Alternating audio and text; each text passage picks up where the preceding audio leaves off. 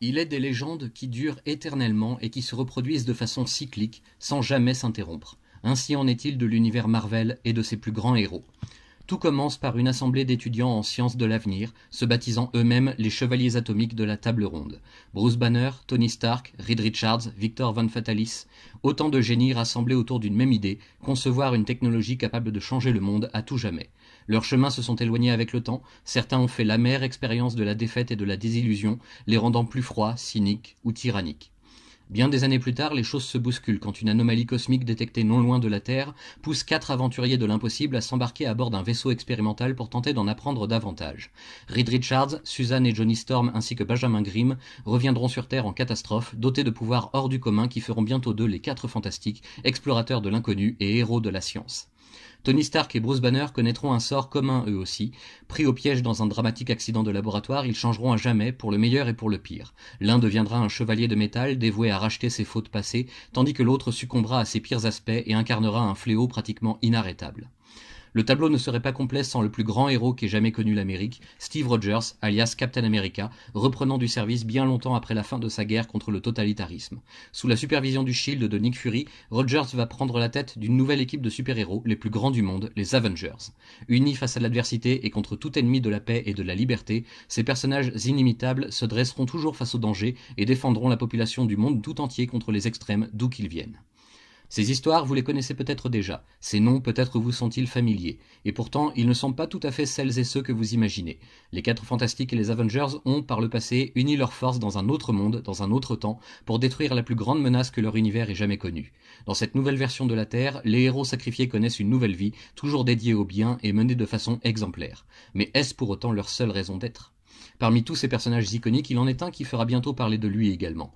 Le docteur Victor Von Fatalis va lui aussi faire l'expérience de cette nouvelle vie, mais quelque chose le poussera très vite à repenser sa propre existence ainsi que celle de son monde tout entier. Et quand, après bien des aventures et des affrontements, le plus grand prédateur cosmique en vient à s'intéresser à cette nouvelle Terre, tous les espoirs de victoire finale seront entre les mains du terrible dictateur de l'Advérie. Fatalis accomplira-t-il l'impossible à son tour et gagnera-t-il sa rédemption au bout du parcours ?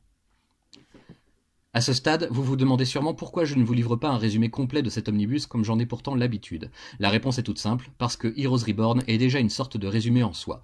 Cette seule année de parution, 4 séries de chacune 12 chapitres évoluant en parallèle les unes des autres, est tout bêtement un condensé de tout ce que l'univers Marvel et ses auteurs ont pu concevoir et raconter depuis les années 60, dans une forme retravaillée et modernisée pour l'occasion.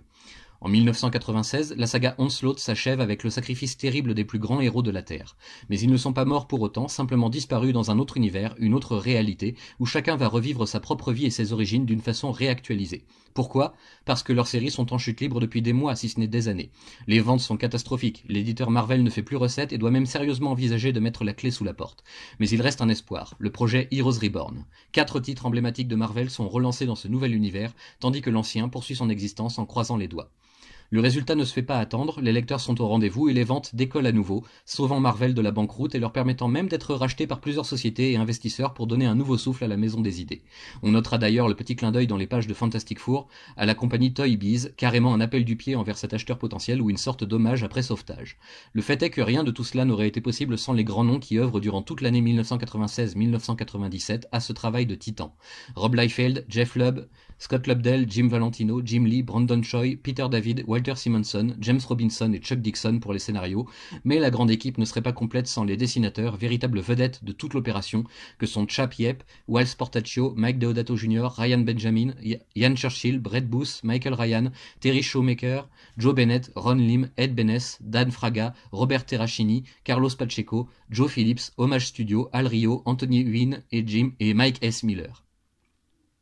Certains reviennent de loin, d'autres se font connaître à cette occasion, et les plus grands noms sont certainement ceux des enfants terribles des années 90 qui avaient claqué la porte de Marvel en 1992 pour fonder Image Comics et qui font leur grand retour durant cette année de l'incroyable, aidés par un gros chèque évidemment. De quoi doper les ventes comme rarement, d'où très certainement le succès de l'opération et de cette parenthèse enchantée de l'histoire Marvel. Tout n'est cependant pas bon à prendre ni à retenir pour l'avenir. Entre désaccords artistiques et ruptures de contrat, les séries concernées pâtissent parfois sérieusement des circonstances difficiles qui les ont vues naître et grandir. Des personnages vont changer de cap ou même parfois de design. Des détails seront modifiés en cours de route et on ne comptera pas vraiment les incohérences tant graphiques que narratives, de quoi décourager certains des plus fidèles lecteurs de l'époque et encore de nos jours faire le jeu de la critique. Beaucoup resteront marqués par cette période d'un an très particulière, beaucoup en garderont un mauvais souvenir aussi, mais le fait est que sans Heroes Reborn et les efforts colossaux demandés et fournis par chacun, en dépit de toutes les difficultés rencontrées, il n'y aurait peut-être bien plus eu de Marvel à lire à l'aube des années 2000. Un grand merci à Panini de nous avoir édité cet imposant omnibus de 1300 pages donc, un vrai morceau d'histoire pas totalement autocontenu toutefois, puisque pour avoir la véritable fin de cet univers de poche, il faudra attendre la mini-série Heroes Reborn The Return, pour l'instant inédite chez nous mais présente en VO au début d'un second omnibus qui lui est tout dédié et que je me ferai un plaisir de vous chroniquer dans les articles VO du vendredi sur le blog en attendant une possible parution chez nous un beau jour, qui sait. Retenez enfin que tout imposant qu'il soit, cet omnibus se lit en fait relativement facilement et rapidement malgré sa taille et son contenu. En effet, les histoires étant des réécritures de ce que l'on connaît déjà dans l'univers classique, les scénarios sont assez simplistes et le dessin bourré de raccourcis, permettant ainsi de lire tout cela sans difficulté majeure. C'est parfois un peu frustrant parce que l'on aimerait que certains détails soient approfondis ou travaillés autrement, mais il faut garder à l'esprit qu'il ne s'agissait que d'une opération temporaire d'un an seulement, avec comme seul objectif assumé et avoué de faire ensuite rebasculer tout le monde dans la Terre 616 que l'on connaît bien. Certains vous vendront Heroes Reborn avec comme argument principal qu'il s'agit de l'univers Ultimate avant l'heure. Pour rappel, la Terre Ultimate existera quelques années plus tard seulement et durera près de 15 ans. Ce n'est pas totalement exact, certes on retrouvera dans les séries Ultimate des versions encore retravaillées et réactualisées des héros et vilains de chez Marvel, et certes les 4 séries Heroes Reborn auront donné des idées novatrices à certains tout en essuyant les plâtres pour un avenir meilleur, mais les deux univers sont relativement différents et avec chacun un but et une finalité bien distincts. Il faudra que vous fassiez la part des choses et que vous décidiez vous-même ce que Heroes Reborn représente pour vous, et ce que cet univers de poche pourra vous apporter au-delà d'une belle petite crise de nostalgie. Succès éphémère mais bien ancré dans les mémoires pour le meilleur comme pour le pire, étape nécessaire d'un changement des mentalités et transformation obligatoire de la maison d'édition comme de son lectorat, Heroes Reborn peut aujourd'hui connaître un nouveau public et enchanter de nouveaux esprits malléables, aidant ainsi à développer notre imaginaire vers de plus hauts sommets. Et ça, c'est vraiment cool.